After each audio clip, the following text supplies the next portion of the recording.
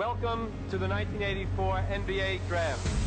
Portland selects Michael Jordan of the University of North Carolina.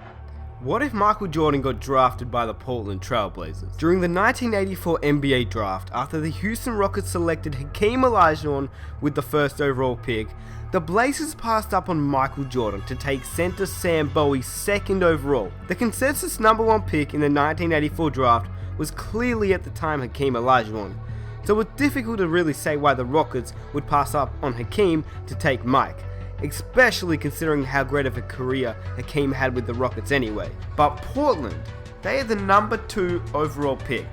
That easily could have been used on Jordan, but in their defense, the Blazers had just selected future Hall of Famer shooting guard Clyde Drexler the year before in the 1983 NBA draft. So the Trailblazers didn't really need another shooting guard on the team, and they did need a big man. But missing out on MJ for Sam Bowie seems absolutely insane looking back now. Jordan would be drafted third by the Bulls, who lucked out and got the greatest player the basketball world has ever seen, apart from Steph Curry. Just kidding. I promise. It's just a joke. I promise, okay? But what if Portland had drafted Jordan? That's probably a question that the Blazers fans everywhere have been asking for years. By the way, that draft, that was insane. Hakeem, Jordan, Charles Barkley, John Stockton, just to name a few. Anyway, in 1983, the year that Clyde Drexler got drafted, Michael Jordan was just a college player, playing for North Carolina. And during the 1982 NCAA Championship, a game against Georgetown led by Patrick Ewing, Jordan made a game-winning jump shot to win North Carolina the championship. Jordan later described this shot as the major turning point in his basketball career. The time, 18. Shot, Jordan, Michael Jordan. During 3 seasons at North Carolina, he averaged around 17 points per game and added 5 rebounds. This would be good enough to land him a top 3 pick in the 1984 NBA draft, and he would be selected by the Portland Trailblazers with their second overall pick. Early in Clyde Drexler's career in Portland, he spent a decent amount of time on the bench behind star Jim Paxson and Kiki Vandeweghe, who averaged 29 points per game. Jordan would have quickly asserted himself and gained a whole lot of minutes, but it would have taken a lot more effort than in Chicago. The Blazers had also managed to draft Jerome Kersey because they had the 46th pick in the second round that year as well. In the 1984 and 85 seasons, Drexler and Jordan would ride the bench, but the Trailblazers soon realized that these two were far too talented to be riding the bench. So Paxson and Vandeweghe were dealt with for front court players to help the scary Jordan-Drexler duo. At the time, Vandeweghe had a lot of trade value, so he got traded along with Paxson to the New Jersey Nets for 28-year-old Darryl Dawkins and a first-round pick for 1988. The pick was worth a lot, since the Nets weren't doing too well. Without Jordan, and with the scrub of Sam Bowie, the Bulls got the number 1 pick in the 1985 NBA draft. Originally, the number 1 pick went to the Knicks, and they selected Patrick Ewing. Well, Ewing still went to the Knicks, but this time at number 2, because the Bulls had Sam Bowie playing at center. At the time, the Bulls didn't know if he was going to be good or not, but they had faith in him, and so they selected a shooting guard named Chris Mullin. In 1985, the Blazers still managed to draft Terry Porter, as he was actually selected 24th overall in the 1985 draft class. In 1985, Larry Bird won the MVP award, but Magic and Kareem would steal the NBA championship away from him. The next year, Larry the Legend would redeem himself, not only by winning his back-to-back MVP, but taking the championship home as well this time. The 1986-87 was an interesting season for the Blazers. They would work with a lineup of Terry Porter, Michael Jordan, Clyde Drexler, Kenny Carr, and Darryl Dawkins. This season, Jordan would take over the league in only his 3rd season, averaging an astonishing 37 points per game. Clyde would average around 21, but Magic would take the MVP award and the ring home that season. Kenny Carr would retire for the Blazers that season, which would leave a void at power forward. Originally, the Trailblazers would select Sabonis with the 24th overall pick, but this time they would instead trade that pick away to the Detroit Pistons, who had the 27th overall pick. It was the 24th for the 27th plus a second round pick. This actually made a huge difference. The Pistons would take Sabonis, whilst the Blazers would take a gamble on a shy kid named Dennis Rodman. This changed the game. That means the bad boys never get Rodman, and the next year the Bulls get Pippen. Somehow the Pistons make a few trades and select Horace Grant in the 1987 NBA draft to still have a team of bad boys, with Isaiah Thomas, Bill Laimbeer, and Horace Grant. Whilst all this was going on, Jordan and Dominique would still have their amazing battles in the slam dunk competitions as well. Throughout the next few years of the NBA, the Bulls would be going steady with Pippen and Mullen, but they weren't a threat just yet. The Knicks had improved with Ewing, but they also weren't a playoff contender either. The bad boy Pistons though, they had made it to the NBA Finals 3 times in a row, winning 2 of 3 and winning back-to-back in 88 and 89. Most of it being skill, but some of it being off foul play. Just ask Jordan. Magic was playing the best basketball after Larry Bird, winning 3 MVPs over 4 years. MJ would still want to get him his first NBA MVP in 1988. The Blazers had improved a lot with MJ, quickly becoming the greatest player in the league, whilst Clyde Drexler was maintaining his steady play in the NBA. Although, they were now waiting for Rodman to fully develop. By 1990, the Trailblazers had won their first NBA championship, beating Detroit. With Jordan leading the way, the scary Jordan-Drexler duo would be in full effect. By this time, a lot had changed in the NBA.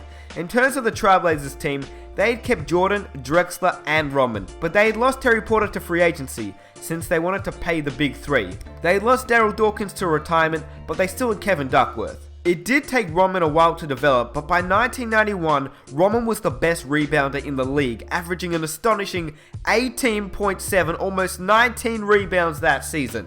In 1991, the Blazers went back-to-back. In fact, in 1992, they would three-peat, beating Cleveland in 91 and New York in 92. In other news, Pippen and Mullen were becoming a deadly force in the East. Patrick Ewing and his Knicks had already challenged Jordan for a ring. The Pistons were starting to fall off their winning ways, and Larry Bird was starting to decline. Sadly, Magic Johnson was surprised the league discovering that he had tested positive for HIV. My life just changed. The news is so shocking and so unexpected, it is difficult to absorb it even as we report it. Because of the HIV virus that I have attained, I will have to retire from the Lakers. But he would make a last return for the 1992 USA Olympic team. And what we know now as the Dream Team would be selected. The original team would be Jordan, Drexler, Bird, Pippen, Mullen, Stockton, Magic Johnson, Kristen Leitner, Karl Malone, Charles Barkley, David Robinson, and Patrick Ewing. But this time, Shaq would make it over Leitner. Isaiah Thomas still wouldn't make it though, as Jordan had a negative grudge towards Isaiah and the Pistons. Magic claims that Jordan wasn't the only one who didn't want Isaiah on the team. He said Pippen, Bird, and Malone all stated that they wouldn't take part in the Olympic Games if Thomas was a member of the team. So if you wasn't chosen, shut the hell up. I don't think we wanted to be on the team if he was on the team. We're enemies. The Dream Team easily brought back the gold from the Olympics. Michael and Drexler both would represent Portland. After the Olympics, it was straight back to the NBA. Larry and Magic had both retired, but new talent would be showcased throughout the 1993 season. Charles Barkley, who had played really well in the Olympics, would actually come out the next season and win the league MVP. But the Suns would lose in the conference finals to guess who? Of course, it was Mike's Portland Trailblazers. Who else would it be? The Blazers would actually face up against the Chicago Bulls in the NBA Finals. It went to game number 7, but Scottie Pippen and Chris Mullin couldn't beat out Drexler, Jordan, and Rodman. And the Trailblazers would win a crazy 4 NBA championships in a row. The last time someone had done such a feat was Bill Russell and his Boston Celtics. Oh yeah, and you're probably wondering what the lineup was for the Trailblazers since they didn't have Terry Porter or Darryl Dawkins. So Robert Pack was playing at point guard, as the Trailblazers selected him from free agency, but they never ended up trading him to the Denver Nuggets, as they did actually need a point guard when losing Porter.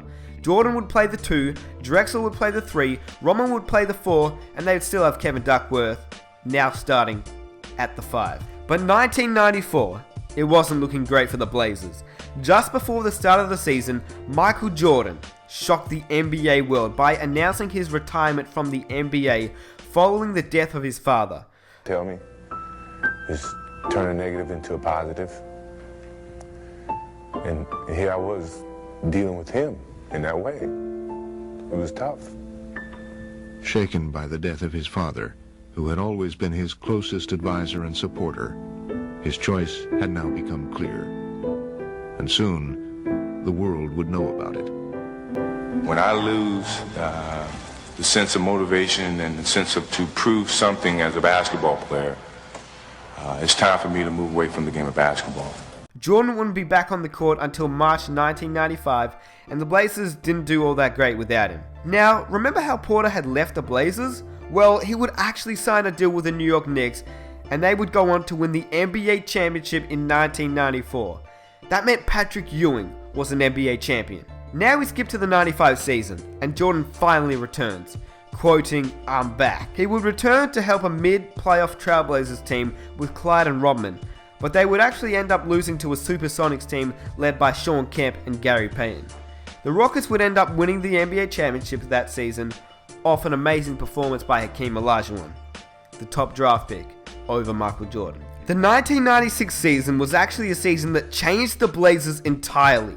Originally in real life, Clyde Drexler would join the Houston Rockets and try to compete for an NBA championship. But now, he was a 4-time NBA champion, so he would actually stay with the Portland Trailblazers as he knew that Jordan had returned for good and Rodman was playing as hard as ever. So the Blazers would win the championship in 1996, 97 and 98, with the Blazers beating out the Chicago Bulls twice and then the Indiana Pacers once. It seemed as if the Bulls were becoming the real-life Utah Jazz, as Pippen and Mullin could never beat out MJ and Clyde, just like the Jazz could never beat out Jordan and Pippen. During that time, Jordan would face Kobe multiple times, and they would have epic battles, as Kobe was a ruthless young and upcoming superstar. After the 1998 season, the Blazers would struggle, as the entire team would split up. As soon as Clyde realized that Jordan was retiring for the second time, they both decided to retire on the highest point, and that was an NBA championship. Pac went to the Nets, and Rodman had been traded to the Lakers, who were now on the rise with Kobe and Shaq. After many questions about Jordan, and if he could still play the game at age 38, he would respond, and actually sign to the Washington Wizards in 2001. The only change was that Jordan never tore his knee cartilage, and actually played until 2004. This meant that Jordan and LeBron would face off for the first time, and it would be a match to witness, and a match that both LeBron and Jordan would remember forever. Ultimately, the Blazers would win 7 NBA championships with Jordan, as well as MJ still gaining 5 NBA MVPs. Drexler would be an NBA champion along with Patrick Ewing. The Bulls would become the Jazz, as they could never overthrow the Trailblazers. Pippen and Mullin would become a deadly 1-2 punch that would be just short of an NBA championship, just like Karl Malone and John Stockton. And so the Bulls and the Trailblazers would also have some epic battles. Patrick Ewing was an NBA champion, but unfortunately Barkley, Stockton and Malone still weren't. So in 1984, the Trailblazers missed out on the greatest player of all time, and I'm sure that they still feel the pain to this day.